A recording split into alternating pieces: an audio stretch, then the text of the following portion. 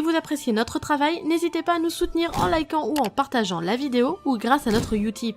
Il vous suffit de regarder une publicité de 30 secondes, ce qui nous fait gagner 5 centimes par visionnage. En soi comme ça, c'est pas grand chose, mais pour nous c'est beaucoup. Merci de votre participation et bon visionnage. Salut les amis, on se retrouve pour cette nouvelle review de Boruto sur l'épisode 111, qui est le dernier épisode de l'adaptation du light novel Naruto Konoha Shinden. On se rappelle, la semaine dernière, on avait laissé Mirai et Tatsumi dans une sorte de réunion de secte pour revoir leurs proches, et Mirai réussissait à apercevoir Azuma, son père. Cet épisode commence avec un flashback de Mirai. Elle se souvient être dans les archives de Konoha et trouver par hasard le rapport de mission rédigé par Shikamaru, et la mission est celle en question où son père a été tué par Hidan, et dans ce rapport, eh bien, elle trouve toutes les informations sur Hidan et sur le jashinisme. Elle en voit même le symbole, et ce symbole, elle le retrouve sur la bague de Ryuki. Donc là, directement, on fait le rapprochement. Ce mec-là, il a un rapport direct ou indirect avec Hidan et avec le symptôme de Jashin, là, le jashinisme. On a un direct retour dans la réalité et on voit qu'il s'est passé quelque chose, puisque toutes les filles qui sont dans ce lieu sont étranges, puisqu'elles ont le regard vide, on dirait des zombies. Même Mirai, elle est vraiment bizarre. Elles disent des choses étranges, comme quoi qu'elles ont vu la personne qui leur était chère, qu'elle leur a parlé, etc. Sauf que quand on a quitté l'épisode de la semaine dernière, on n'a pas vu de réponse, quoi que ce soit. Pourtant, Mirai dit comme quoi que son père lui a parlé, alors qu'on ne l'a pas vu. Donc, est-ce qu'il s'est passé quelque chose entre-temps? On ne sait pas. Tout ce qu'on voit là, c'est que donc le Ryuki, il est là, il leur donne une petite coupelle avec soi-disant de l'eau bénite pour leur faire boire, et on voit que Mirai, eh bien, elle divague, elle fait que de discuter, et lui soulignera le fait que elle leur fait perdre du temps. Et c'est là que intervient quelque chose de très bien joué par Mirai, puisque elle va le pousser à révéler tout simplement que c'est un usurpateur, puisque elle va parler de son père, et Ryuki, en gros, elle va dire qu'elle a peur que son père ne la reconnaisse pas, puisque il ne l'a pas connue de son vivant, donc elle a vraiment peur qu'il ne sache pas qui elle est. Et Ryuki va lui dire comme quoi, il lui fait la confession que soi-disant il peut faire des allers-retours entre le monde des vivants et le monde des morts, et qu'il a rencontré Azuma Sarutobi dans le monde des morts, et qu'il sait très bien qui elle est. Et c'est là qu'elle va continuer à divaguer, et elle va dire comme quoi que, soi-disant, Azuma lui aurait donné son nom par rapport à un grand joueur de shogi qu'il admirait. Et là, Ryuki va lui dire « Oui, c'est vrai, il m'a dit qu'il t'a donné ce nom pour ça, etc. » Et là, Mirai, elle lève le voile et elle dit voilà, c'est faux, c'est pas du tout pour ça, t'es un usurpateur, t'es un menteur, tu ne sais pas du tout ce que tu dis. Enfin, en gros, elle a réussi à prouver que c'était un usurpateur et qu'il les avait toutes manipulées. Ryuki ne perd pas le nord, il dit comme quoi que ce n'est pas grave s'il en manque une, et il essaye d'inciter les autres jeunes filles à boire son eau bénite, sauf que Mirai va réussir encore une fois à le contrecarrer, puisque elle va réussir à déverser de l'électricité dans l'eau de façon à les électriser tout simplement, et comme ça va les réveiller et les sortir de leur état hypnotique. Et là elle va dire comme quoi que elles ont été hypnotisées à cause du gaz qui était présent dans la vapeur qu'on avait vu lorsqu'elles rencontraient leurs proches. Arrive à la rescousse Kakashi et Guy, on ne sait pas réellement comment est-ce qu'ils ont su que Mirai se trouvait ici, sûrement qu'ils ont dû la prendre en filature tout simplement, et au même moment, eh bien, on a Ryuki qui essaye de se barrer, qui se barre dans les tréfonds de la grotte, et Mirai va le suivre. Et elle va se retrouver dans une pièce étrange, et là Ryuki va jubiler puisqu'il va lui dire comme quoi que c'est la pièce où se fait le sacrifice. Donc là on va se retrouver avec un combat Ryuki versus Mirai.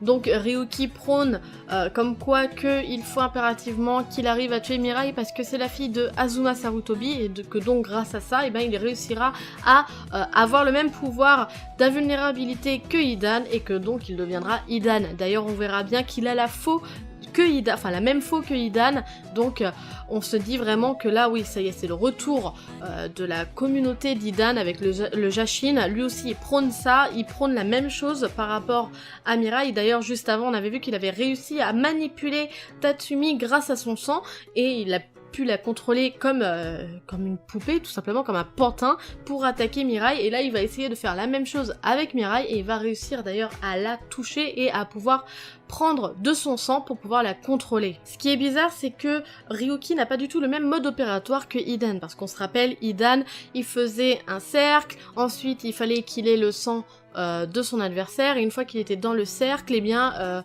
il pouvait infliger des dégâts à son adversaire en se les infligeant à lui-même. C'est-à-dire que il se plantait un couteau dans le cœur, et bien, indirectement, il le plantait directement à son adversaire. Lui restait vivant, mais l'adversaire, donc, était mort. Et c'est comme ça qu'il a réussi à avoir Azuma. Or, là, Ryuki, ce n'est pas du tout le même procédé, puisque lui, il fonctionne avec une poupée, comme les poupées vaudou. C'est-à-dire qu'il prend le sang de sa victime, il le goûte, et ensuite, à partir de là, il a juste à infliger des dégâts à la poupée pour pouvoir infliger les dégâts à son adversaire. Et d'ailleurs, c'est ce qu'il fera à Mirai. Il poignardera la poupée au niveau du cœur, ce qui poignardera forcément Mirai au niveau du cœur, et le sang va commencer à se déverser dans cette sorte de fontaine pour Jashin. Sauf que là, c'est le serpent qui se mord la queue, puisque, eh bien, il aura été victime d'un sort de genjutsu de Mirai, puisque il ne l'aura pas du tout touché, c'était tout simplement une gourde qu'il a eue. Il a eu donc de l'eau à la place du sang sur sa faux, et d'ailleurs il va dire « Ah, c'est pour ça que j'ai pas goûté, j'ai pas reconnu le goût du sang. » Ouais, bien sûr, t'avais pas tilté avant, mais là, tu te dis « Ah oui, c'est vrai. » Et bref, Mirai a réussi à l'avoir avec son genjutsu, et elle va réussir du coup à le battre à ce moment-là, en réussissant à maîtriser enfin les lames de chakra, tel Azuma. Et d'ailleurs, on voit bien que Kakashi et Guy sont stupéfaits par l'événement, puisque, bah, dans les mouvements de Mirai, ils revoient Azuma. Ryuki est arrêté, on a donc Mirai qui discute avec Tatsumi par rapport au fait que bah, elles se sont fait berner tout simplement, et de l'autre côté on a Kakashi et Guy qui discutent, et Kakashi, pour faire le parallèle par rapport à cette histoire de source qui permettrait de faire revenir les morts, eh bien il va dire que lui, si jamais on lui disait qu'il y avait une source qui permettait de guérir la jambe de Guy, eh bien il irait sans hésiter. Et Guy lui dirait en gros mais pourquoi faire quoi, parce qu'il s'en fout, il dit que ça fait 15 ans qu'il est avec une seule jambe, donc une ou deux jambes, honnêtement il voit pas trop ce que ça change, au contraire lui tout ce qui l'importe, c'est d'être avec les personnes qui lui sont chères, et c'est le principal.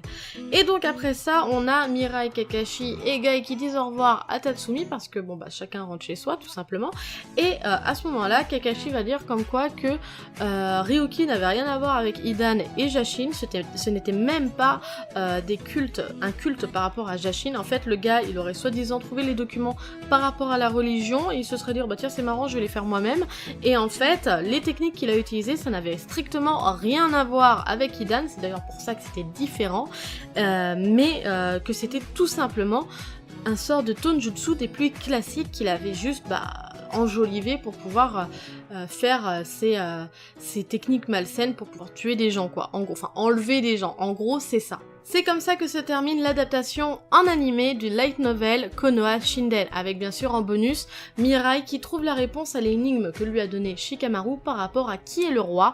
Eh bien le roi c'est tout simplement les générations futures. Et autant vous dire que je ne vais pas passer par quatre chemins, si je devrais résumer cet arc, honnêtement je l'ai trouvé nul. Honnêtement, je suis déçue parce que, bon, certes, il y avait des trucs sympas, etc. Par rapport à Azuma, c'était top, mais là, ce dernier épisode, clairement, il m'a déçue. Pourquoi ? Parce que je trouve que de la façon qu'a été amené Ryuki et de la façon dont se terminent les choses, ça laisse clairement à désirer, et on est clairement pris pour plus bête qu'on ne l'est. Parce que, certes, un hors-série, c'est censé être fait pour agrémenter, occuper, mais ne pas trop se mêler de la trame principale, quoi. En gros, c'est-à-dire que même si tu le regardes ou que tu le regardes pas, bah ça change rien, t'as pas des connaissances en plus, quoi que ce soit. Mais là, en fait, le fait que on nous apporte le fait que déjà on nous parle d'Hidan, on nous parle du fait que potentiellement on pourrait le revoir, donc on est déjà hypé, même sans ça, bon, c'est pas grave qu'on ne l'ait pas vu, c'est pas ça le problème. Le problème c'est que Ryuki, il est amené d'une façon à ce que on nous fait croire que, en gros, c'est l'héritier d'Hidan, parce que il voue les mêmes cultes, il voue le même culte à Jashin, il veut faire les mêmes choses, mais au final, bah c'est pas du tout les mêmes techniques que Hidan, il a juste menti, c'est juste quelqu'un qui a utilisé des techniques Tonjutsu et qui les a brodées de façon à ce que ça ressemble à ce que faisait Hidan. Moi honnêtement je trouve ça bête, parce que quitte à faire ça, autant ne pas du tout faire de rapport avec Hidan. Ou alors il aurait été intéressant que là encore une fois, ce soit vraiment un partisan de Jashin et qu'il ait vraiment des techniques qui étaient semblables à Hidan, et que ce ne soit pas juste de la poudre de perlimpinpin. Honnêtement là, on se retrouve, on se dit ah ouais ok, parce que en gros ce qu'on comprend par rapport à ce que dit Kakashi, c'est que déjà c'était une religion qui était bancale, mais là le mec en gros il a trouvé un bouquin, il s'est dit oh ça a l'air cool, je vais les faire moi-même. Et au final, ça a rien donné. Et le mec, il est plus passé pour un clown que pour un réel antagoniste, alors que ça aurait été super intéressant qu'il ait des capacités qui soient semblables à Hidan et que lui aussi soit réellement dans le culte de Jashin. Là, ça nous aurait donné réellement du piment, parce que honnêtement, déjà, ça discrédite l'antagoniste, mais ça discrédite aussi Mirai, parce que Mirai, elle passe pourquoi? Ok, elle l'a battu, mais bon, le mec... il servait à rien, quoi. Il servait à rien, il avait pas de technique, quoi que ce soit, donc c'était pas quelqu'un qui avait réellement un level, quoi. Donc Mirai, au final, elle est discréditée aussi par rapport à ça.